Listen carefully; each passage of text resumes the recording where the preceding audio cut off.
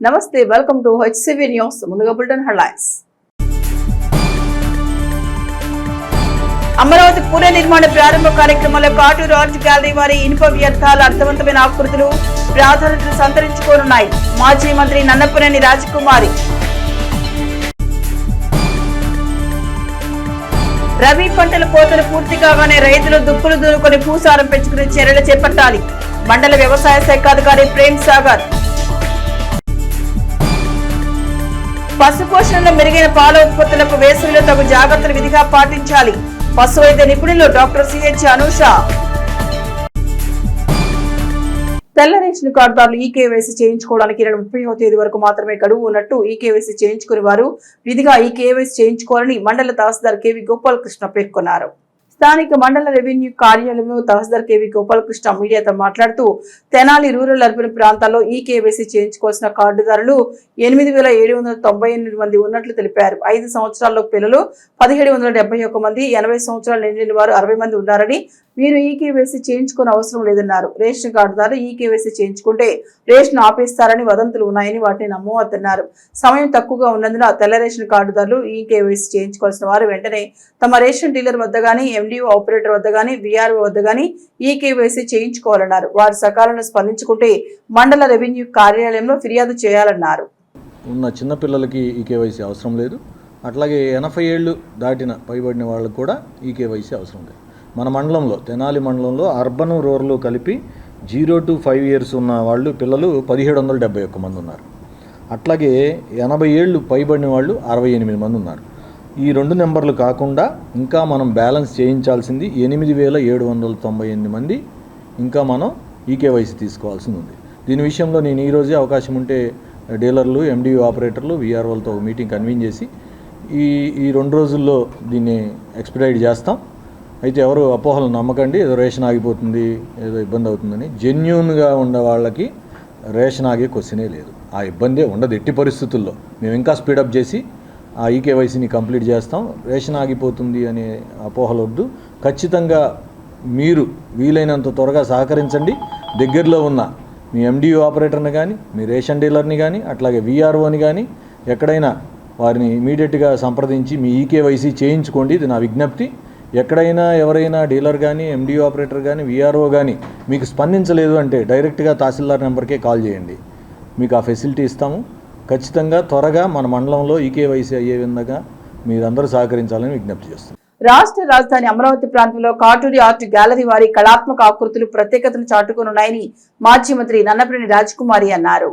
మే నెల 2వ తేదీన ఆంధ్రప్రదేశ్ రాజధాని అమరావతి పునః నిర్మాణ పనుల ప్రారంభోత్సవ కార్యక్రమానికి దేశ ప్రధాని నరేంద్ర మోదీ వేంచేస్తున్న సందర్భంగా ఆ ప్రాంతంలో నిర్వహించే సభా కార్యక్రమ ప్రాంగణంలో తెనాలి సూర్య శిల్పశాల, కాటూరి ఆర్ట్ గ్యాలరీలో గత 20 రోజులుగా వ్యయ ప్రయాసాలు కోర్చి ఇనుప వ్యర్థాలతో అర్థవంతంగా రూపొందించిన ఆకృతుల ప్రదర్శన ప్రాధాన్యతను సంతరించుకోనుంది. అమరావతి లోగో, గౌతమ బుద్ధ విగ్రహం, ప్రధాని నరేంద్ర మోదీ విగ్రహం, మేక్ ఇన్ ఇండియా సింహం సింబాల్, తెలుగుదేశం వ్యవస్థాపకులు Nandamuri Taraka Rama Rao party logo, cycle symbol వంటి ఆకృతులను ఎంతో ఆకర్షణీయంగా కళాత్మకంగా తీర్చిదిద్ది ప్రదర్శనకు సిద్ధం చేసిన క్రమంలో మంగళవారం మాజీ మంత్రి నన్నపనేని రాజకుమారి, కుమార్ పంప్ అధినేత కొత్త సుబ్రహ్మణ్యంలు ఇనుప వ్యర్థాల కళాత్మక ఆకృతులను సందర్శించి హర్షం వెలిబుచ్చారు. శిల్పి కాటూరి వెంకటేశ్వరరావు మీడియాతో మాట్లాడుతూ మే 2వ తేదీన అమరావతికి అతిరథ మహారథులు వస్తున్న నేపథ్యంలో ఆ ప్రాంతంలో కాటూరు ఆర్ట్ గ్యాలరీ వారి కళాత్మక ఆకృతులను అతిథుల సందర్శనార్థం ఏర్పాటు చేయాలని సంకల్ప సాధనకు 20 రోజులు శ్రమించామని అన్నారు. మాజీ మంత్రి నన్నపనేని రాజకుమారి మాట్లాడుతూ తెనాలి ఖ్యాతిని ఇనుముడింప చేసే విధంగా రూపొందించిన ఆకృతులు అద్భుతంగా ఉన్నాయన్నారు. అమరావతి పునః నిర్మాణ పనుల ప్రారంభ ఉత్సవాలలో కాటూరి వారి కళాత్మక ఆకృతుల ప్రదర్శనకు ప్రాధాన్యత లభించనున్నదనే భావనను వ్యక్తం చేశారు. కొత్త సుబ్రహ్మణ్యం మాట్లాడుతూ సూర్య శిల్పశాల నిర్వాహకులు కళాత్మకంగా చేపడుతున్న సేవలను ప్రతి ఒక్కరూ ప్రోత్సహించాల్సిన అవసరం ఉందన్నారు. నేటి యువకులు ఇటువంటి కళాత్మక అంశాల పట్ల ఆసక్తిని పెంచుకొని రాణించాలన్నారు. అమరావతి రాజధాని పునర్నిర్మాణ పనులు ప్రారంభించేందుకు వేంచేస్తున్న ప్రధాని నరేంద్ర మోదీ, ముఖ్యమంత్రి చంద్రబాబు నాయుడు అతిరథ మహారథులు జీవం ఉట్టిపడి ఈ ఆకృతులను సందర్శించే విధంగా ఏర్పాటు చేసే కార్యాచరణలో కల్చరల్ విభాగం అందిస్తున్న ప్రోత్సాహం అభినందనీయమన్నారు. శిల్పి కాటూరి రవిచంద్ర మాట్లాడుతూ తమదైన కళా నైపుణ్యంతో రూపొందించిన అనేక విగ్రహాలు దేశ విదేశాల్లో తమకు గుర్తింపు తెచ్చాయని, మన రాష్ట్ర రాజధాని అమరావతికి దేశ ప్రధాని మోదీ వేంచేస్తున్న క్రమంలో కళలకు నెలవైన తెనాలి ఖ్యాతిని తమ ద్వారా మరోసారి వెలుగులోకి రావాలన్నదే తమ సంకల్పం అన్నారు. ఈ కార్యక్రమంలో కాటూరి ఆర్ట్ గ్యాలరీ శిల్పులు పాల్గొన్నారు. ఈరోజు వీలైతే వారితో కలవడానికి ఏర్పాటు చేస్తామన్నారు. కాకపోతే ఈ లోపే మాకు అనుమతి వచ్చింది కాబట్టి మేము ధైర్యంగానే ఉన్నాం. ఇలాంటి ఎందుకు చేయాలనుకున్నాం అని అంటే, మేము వృత్తిరీత్యా హైదరాబాదు, మద్రాసు, బెంగళూరు నేను తిరుగుతూ ఉంటాను. అక్కడ విమానాశ్రయాలకు వెళ్తే చాలా బాధేసిద్ది. ఎందుకు మన ప్రాంతం ఎంత వెనకబడి ఉంది, మంచి రాజధాని కూడా లేకుండా పోయింది, మనకి ఏమిటి దురదృష్టం అని ఎప్పుడు ఆ విమానాశ్రయంలో ఉన్నంతసేపు మనసు ఎంతో బాధపడుతూ ఉంటుంది. మనకేం తక్కువైతే ఇలాంటి పరిస్థితి మనకి వచ్చిందంటే మరి అది చారిత్రాత్మక లోపం అయి ఉండొచ్చు. మరి ఇప్పుడు మళ్ళీ మనకి అదృష్టం అవకాశం వచ్చింది అనుకుంటున్నా. మన సమీపంలో అద్భుతమైన రాజధాని మరి చంద్రబాబు గారి ఆధ్వర్యంలో జరుగుద్ది అనుకుంటున్నాం. మరి దానికి పూర్తి సహకారం కూడా మోడీ గారు ఇస్తారంటున్నారు కాబట్టి మళ్ళీ మనం మంచి రాజధానిని మనం చూడొచ్చని ఆశిస్తూ దీన్ని అందువల్లే ఆ కోరికతోనే ఎంతో ఖర్చు, ఎవరు మాకు ఆర్డర్ ఇవ్వలేదు, నాకు ఎన్నో లక్షలు ఖర్చు అయింది, అయినా కూడా నేను ఏమి వెనకాడకుండా ఇది ఎంతోమంది రైతులు, రాజధాని రైతులు రేపు దీన్ని చూసి ఆనందిస్తారు. అలాగే సంబంధిత అధికారులు కానీ, ముఖ్యమంత్రి కానీ, ప్రధానమంత్రి గారు కానీ దీన్ని చూసి ఆనందించాలన్న ఉద్దేశంతో, ఆనందంలో ఎంత ఈ శ్రమ అంతా మర్చిపోవచ్చు, ఈ ఖర్చును కూడా మర్చిపోవచ్చు అన్న ఉద్దేశంతో దీన్ని ప్రయత్నం చేశాం. అక్కడ నిర్మాణం ఏర్పాటు చేసి ప్రజలందరూ చూసే విధంగా, సాధ్యమైనంత వరకు వేదిక మీద కూర్చుని వాళ్ళకి కనిపించే విధంగా, ప్రజలందరూ చూసే విధంగా ఇది ఏర్పాటు చేయడం జరిగింది. ఇంత గొప్ప నైపుణ్యం, ఇంత గొప్పమైనటువంటి చిత్రకళ, ఇంత కళైనటువంటి కళాత్మకమైనటువంటి ఆ యొక్క దాన్ని కనుక మనం శిల్పాన్ని చూసినట్టయితే కనుక చాలా బాగుందని మేము అనుకుంటున్నాం. అందరూ సంతోషిస్తారని భావిస్తున్నాం. మరొకసారి కాటూరు వారికి ధన్యవాదాలు తెలుపుకుంటూ, ఇంతటితో అయిపోలేదండి, చాలా శిల్పాలు మీరు చేసినవి అక్కడక్కడ మనం అంతా కూడా చాలా చోట్ల మనం రాజధానిలో పెట్టాల్సిన అవసరం ఉంది. రాజధాని చుట్టానికి చాలామంది వస్తారు, కొత్త రాజధాని కాబట్టి. చంద్రబాబు గారు కూడా దాని గురించి ఎన్నో కళలకు అంటున్నారు. ఆ సందర్భంగా కాటూరు వారి మీ అందరి సహకారంతో, ఇటువంటి పెద్దలందరి సహకారంతో, పిల్లలు కుటుంబ సభ్యుల యొక్క సహకారంతో తప్పనిసరిగా రాజధానిలో మనం ఏర్పాటు చేద్దాం. ఇవన్నీ ఉంటాయని నేను భావిస్తాను. నా నుంచి ఒక అద్భుతమైన బోర్డు, అట్లాగే ప్రైమ్ మినిస్టర్ గారి బొమ్మ, అట్లాగే ఆయన నిర్వచించినటువంటి ఆయన అభిలాష్ కొద్దీ మేక్ ఇన్ ఇండియా లయను, ఇటు వచ్చి తెలుగుదేశం పార్టీ ఆవిర్భావ నాయకుడు ఎన్టీ రామారావు గారు, నందమూరి తారక రామారావు గారు వగేరా కూడా బొమ్మలన్నీ ఇక్కడి నుంచి వెళ్తున్నాయి. ఇది ఒక మనకి శుభసూచన.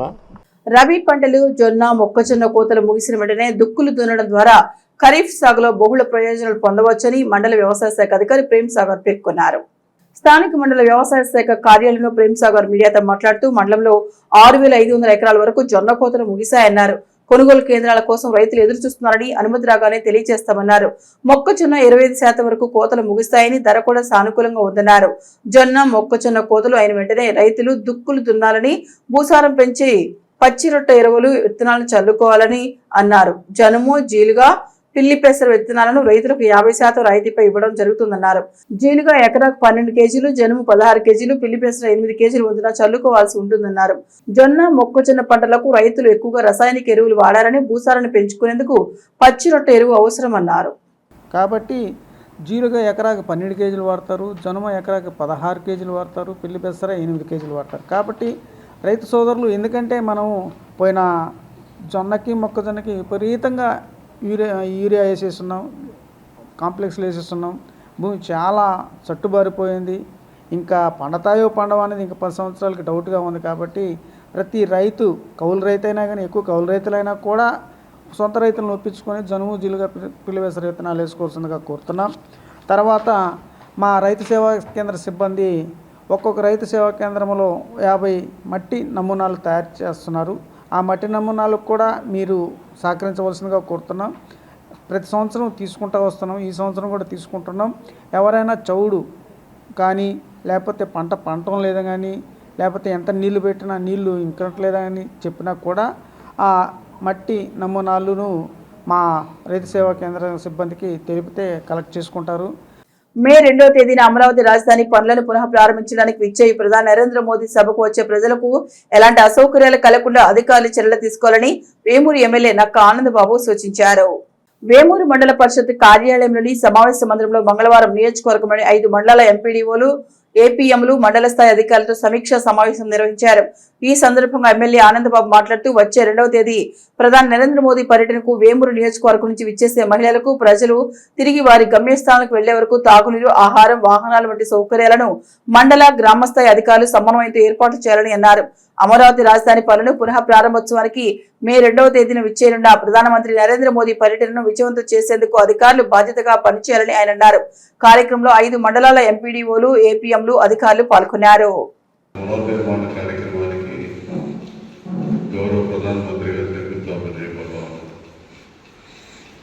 చరిత్రలో ఒకసారి చేశాడు ప్రధానమంత్రి గారు. బహుశా చాలా అరుదైనటువంటి కార్యక్రమం. ఇదే ప్రధానమంత్రి గారి చేతుల మీదుగా ఒకసారి శంకుస్థాపన కార్యక్రమం జరిగింది, పనులు జరిగినాయి. చంద్రబాబు నాయుడు గారి నాయకత్వంలో వేల కోట్ల రూపాయలు ఖర్చు పెట్టి అక్కడ టెంపరీగా అసెంబ్లీ కట్టాము, సెక్రటేరియట్ కట్టాము, హైకోర్టు కట్టాము.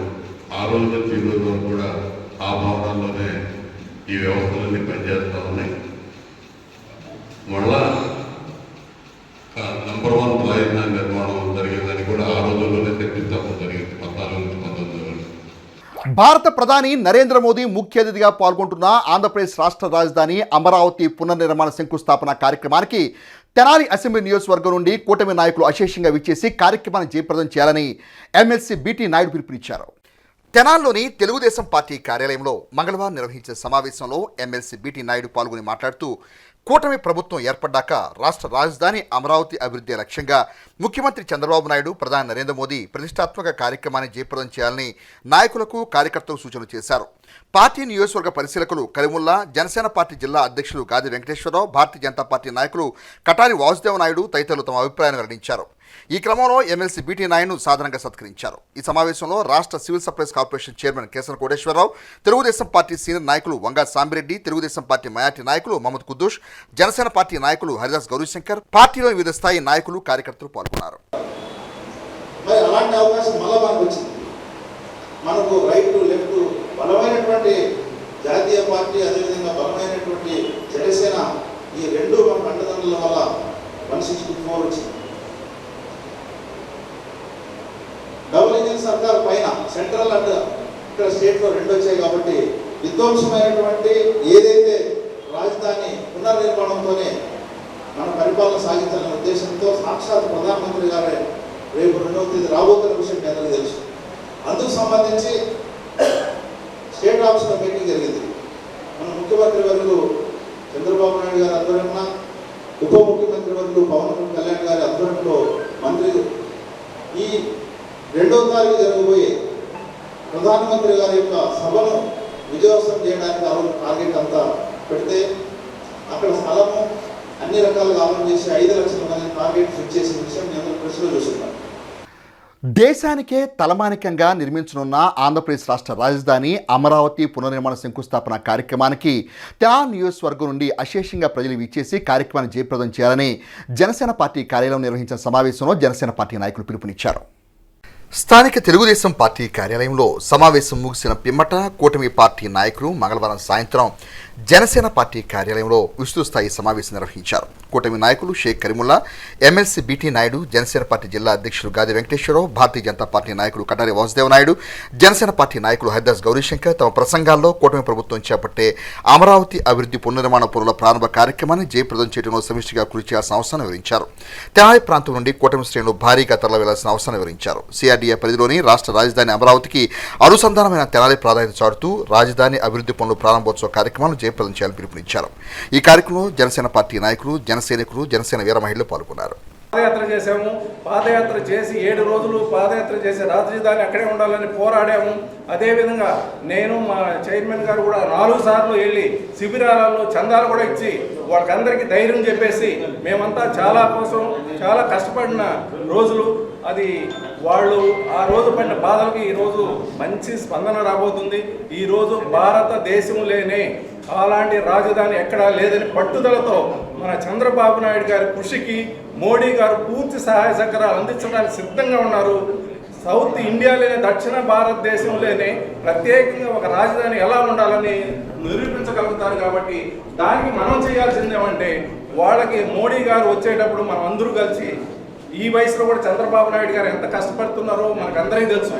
ఆయన చేసిన కష్టంలో మనం ఒక్కరోజు 2 రోజులు కానీ కష్టపడితే ఆ సభకు సక్సెస్ చేయడానికి మనం అందరూ కష్టపడాలని కుటుంబ సభ్యులుగా కదలి వెళ్ళి మనం అందరూ కార్యక్రమాన్ని సక్సెస్ చేయాలని కోరుకుంటూ ఈ అవకాశం ఇచ్చినటువంటి మన జనసేన నాయకులకు అందరికీ ధన్యవాదాలు తెలుపుకుంటూ విరమించుకుంటాం. వేసవి ఎండ తీవ్రత వల్ల పశువులలో పాల ఉత్పత్తి శాతం తగ్గుతోందని పశు పోషకులు వేసవిలో తీసుకోవాల్సిన జాగ్రత్తలు విధిగా తీసుకోవాలని పశు వైద్య నిపుణులు డాక్టర్ సిహెచ్ అనూష పేర్కొన్నారు. మండలంలోని అంగలకుదురు గ్రామ పశు వైద్యశాల వైద్య నిపుణురాలు డాక్టర్ సిహెచ్ అనూష మీడియాతో మాట్లాడుతూ వేసవి ఎండ తీవ్రత వల్ల పశు పోషకులు ఎటువంటి జాగ్రత్తలు తీసుకోవాలో వివరించారు. వేసవి కారణంగా పశువుల పాల ఉత్పత్తిలో కొంత వ్యత్యాసం ఉంటుందన్నారు. పశువులను ఎండ సమయంలో ఆరుబయట కట్టివేయకుండా చెట్ల కింద లేదా పశువుల సావిడిలో కట్టివేయాలన్నారు. వేసవి ఎండ సమయంలో గేదెలకు ఎండుమేత వేయకుండా పచ్చిమేత లేదా నీళ్లతో తడిసిన దానా ఇవ్వాలన్నారు. వేసవిలో పశువుకు 60 నుండి 70 లీటర్ల వరకు నీరు అందించాలన్నారు. ఎండ తీవ్రతను అధిగమించేందుకు పశువులు షెడ్ల చుట్టూ గోనె సంచులు కట్టి వాటిని తడుపుతూ ఉండటం వల్ల వేసవి ఎండ తీవ్రత నుండి కొంత ఉపశమనం లభిస్తోందని అన్నారు. పొలాలకు తోలుకు వెళ్లే పశువులను కూడా ఎండ తీవ్రత తక్కువగా ఉన్న సమయంలోనే తీసుకువెళ్లాలన్నారు. వేసవి ఎండ తీవ్రతను అధిగమించే చర్యలు అవలంబించడం ద్వారా పశువులలో పాల ఉత్పత్తి సక్రమంగా ఉంటుందన్నారు. వేసవి కాలం ఎండ తీవ్రత ఉధృతంగా ఉన్న సమయంలో విధిగా పశువులను నీడ ప్రాంతంలో ఉంచాలని, అవసరమైన నీటితో తడిసిన దానా అందించాలని సూచించారు.